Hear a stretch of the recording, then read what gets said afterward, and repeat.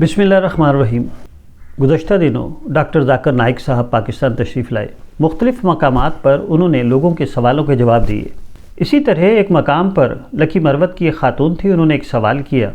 मैं ज़्यादा डिटेल में नहीं जाऊँगा, डिस्क्रिप्शन में मैंने लिंक दिया है, आप उसे वहाँ से सुन सकते हैं। मुख्तसरन बताता हूँ कि वो ख़ातून ने सवाल ये किया था कि हमारा मुआशरा जो है वो इस्लामी मुआशरा है। लोग, हमारे इलाके के लोग नमाज़ पढ़ते हैं, रोज़े रखते हैं, हज करते हैं और दावत और तबलीग के काम में भी शामिल रहते हैं, लेकिन इसके बावजूद वो सूद का काम भी करते हैं, वो मनशियात भी बेचते हैं और तो और वो कौम लूत के अमल में भी मुलविस होते हैं। तो एक इस्लामी मुआशरा जहाँ पर लोग इस्लाम के फ़राइज़ अदा करें लेकिन उसके बावजूद वो बुराइयों में मुलविस रहें, इसकी क्या वजह है? ग़ालिबन डॉक्टर साहब इस सवाल को सही समझ नहीं सके। उन्होंने जवाब दिया कि आपका सवाल गलत है, क्योंकि जो एक इस्लामी मुआशरा है उसके अंदर ये बुराइयां हो नहीं सकती, और अगर ये बुराइयां हैं तो वो इस्लामी मुआशरा नहीं हो सकता। लेकिन ये हकीकत है कि ये सिर्फ लकी मरवत की बात नहीं है। पाकिस्तान के जिस शहर में भी देख लें, 19-20 का फ़र्क होगा। हर जगह आपको बदनुमानी नज़र आती है। मस्जिदें भरी हुई हैं, लोग नमाज़ पढ़ते हैं लेकिन झूठ भी बोलते हैं। वो उम्रा करने भी जाते हैं लेकिन साथ साथ दफ्तरों में बैठकर रिश्वत भी लेते हैं, बदनुमानी में मुलव्वस होते हैं, कमीशन लेते हैं।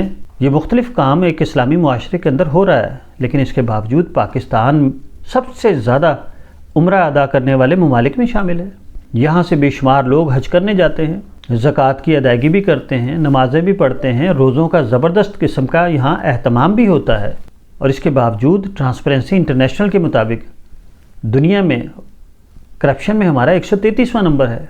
इस सवाल का जवाब मैं समझता हूँ कि मौलाना वहीदुद्दीन साहब ने बड़ा बेहतरीन दिया है। इसी से मिलता जुलता किसी ने सवाल पूछा था, तो मौलाना ने कहा था कि दीनदारी 2 सतह पर होती है, एक मार्फत की सतह पर और एक आदत की सतह पर। आदत की सतह पर जो हो वो आदमी के आदत व अतवार में कोई तब्दीली नहीं करती। लोग नमाज़ पढ़ते हैं क्योंकि शऊरी तौर पर उन्होंने इस्लाम को इख्तियार नहीं किया होता, तो उनके आदत व अतवार में तब्दीली नहीं आती।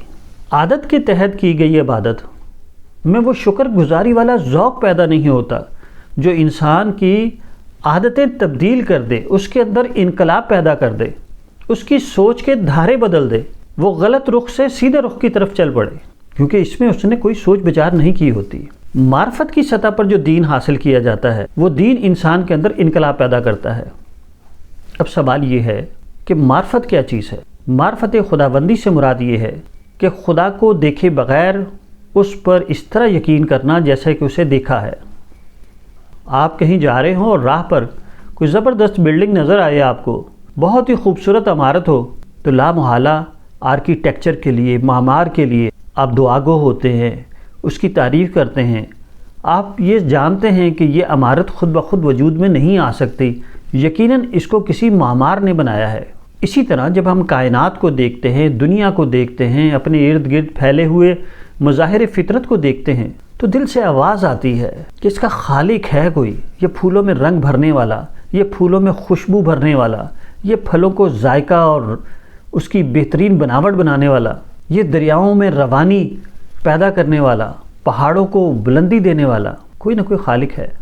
ये हमारे दिल से आवाज़ आती है। कुरान हकीम की सूरे हजरात में भी एक ज़िक्र आया है, मुतलका आयात का तर्जुमा है। ये अराब कहते हैं कि हम ईमान लाए, तो कहो तुम ईमान नहीं लाए, तुमने इस्लाम कबूल किया और अभी तक ईमान तुम्हारे दिलों में दाखिल नहीं हुआ। दूसरी तरफ कुरान की सूरह माइदा में ज़िक्र है कि जब उन अहले ईमान के सामने कुरान पढ़ा गया तो उनकी आंखों से आंसू जारी हो गए। ये ईमान की एक निशानी है, ये खुदा को पहचानने की एक अलामत है कि बेसाख्ता इंसान की आंखों से आंसू जारी हो जाए, उसे खौफे खुदा दामनगीर हो जाए। इन आयात से पता चलता है कि अल्लाह को वो दीन मतलूब है जो आदमी के दिल में उतर जाए। वो दीन मतलूब नहीं है जो सिर्फ लफ्ज़ी इजहार किया जाए मगर उसको दिल से कबूल ना किया जाए, वो दिल के अंदर रासिख ना हो, वो कल्बो शऊर के अंदर पूरी तरह अपनी जगह ना बना सके। दुनिया के रजिस्टरों में ऐसे आदमियों का नाम मुसलमानों में लिखा होता है, लेकिन अल्लाह के रजिस्टर के अंदर ऐसे लोग अहले ईमान के फहरिस्त में शामिल नहीं होते। अल्लाह को ऐसा ईमान मतलूब है जो आपके शऊर का हिस्सा हो, जिसको आप दिल की गहराइयों से कबूल करें, جو آپ کے اندر ایک انقلاب پیدا کر دے، جو آپ کی سوچوں کا رخ تبدیل کر دے، جس کے ذریعے آپ کے اندر ایک روحانی اور ربانی شخصیت تعمیر ہو۔ اور دوسری آیت سے یہ بھی معلوم ہوتا ہے کہ جب انسان شعور کی گہرائیوں سے خدا کو جان لیتا ہے تو حقیقت میں اسے ادراک ہو جاتا ہے اپنے عجز و نارسائی کا۔ اسے معلوم ہوتا ہے کہ تمام کمال، تمام بلندیاں، تمام رفتیں، تمام شانیں خدائے بزرگ و برتر کے لیے ہیں۔ میں تو اس کا بڑا عاجز سا بندہ ہوں اور اس نے مجھ پر اتنا کرم کیا۔ جب وہ اس طرح سوچتا ہے تو پھر اس کی آنکھوں سے آنسو چھلک پڑتے ہیں، اللہ کے شکر سے، اللہ کے خوف سے۔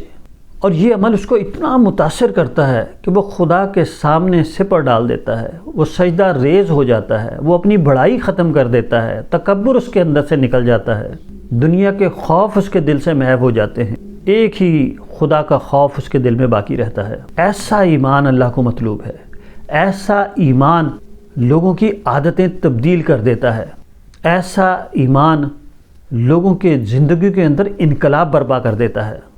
یہ ایمان کوئی سادہ بات نہیں ہے، یہ حقیقت کے اعتبار سے کائناتی شہادت ہے، ربانی حقائق کو دیکھے بغیر ان کی گواہی دینے کے مترادف ہے۔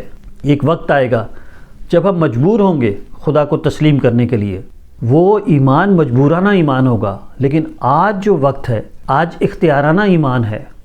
آج ہم اللہ کی صفات دیکھ کر اپنے آپ کو تبدیل کرتے ہیں۔ اختیارانہ ایمان جو ہے وہ مجبورانہ ایمان سے بہت بلند ہے، اور ایسا ہی ایمان معاشرے کے اندر تبدیلی لے کر آتا ہے۔ اگر صرف زبان سے آپ نے شہادت دی اور دل سے نہ دی تو ایسے ہی معاشرے وجود میں آتے ہیں جیسے ہمارا معاشرہ ہے۔